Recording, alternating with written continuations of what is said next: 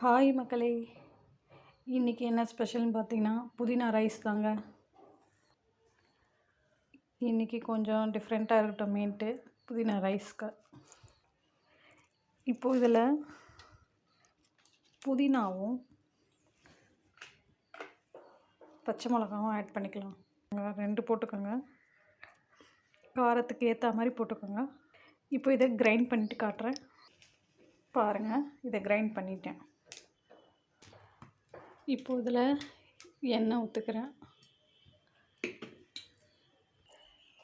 நான் இந்த 1 கிளாஸ் அரிசி தான் போட போகிறேன். இதிலே 2 டம்ளர் தண்ணி ஊற்றிக்கோங்க.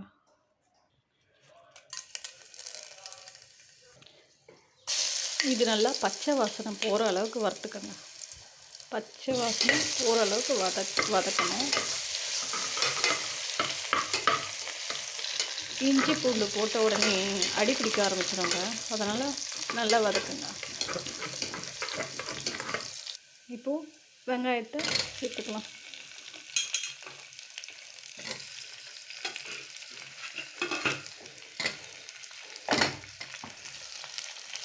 வெங்காயம் இந்த கண்ணாடி பதத்துக்கு வர அளவுக்கு வதக்கணும். இப்போ பாருங்கள், நல்லா வதங்கிடுச்சு வெங்காயம். இப்போது இதில் அரைச்சி வச்ச புதினா பச்சை மிளகாயும் போட்டுக்கலாம்.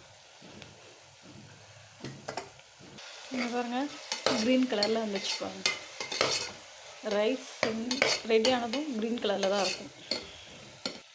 இப்போ இதில் கொஞ்சமாக உப்பு, கொஞ்சமாக மஞ்சத்தூள்,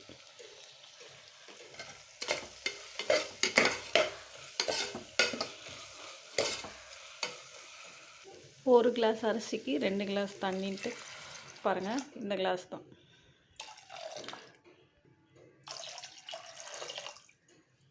ரெண்டு கிளாஸ்.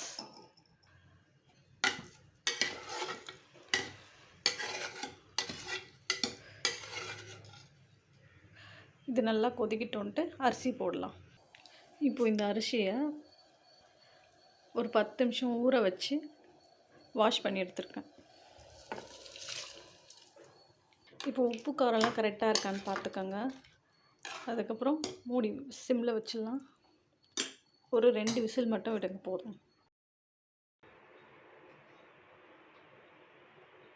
அவ்வளோதாங்க, என்னுடைய புதினா ரைஸ் ரெடி ஆகிடுச்சு.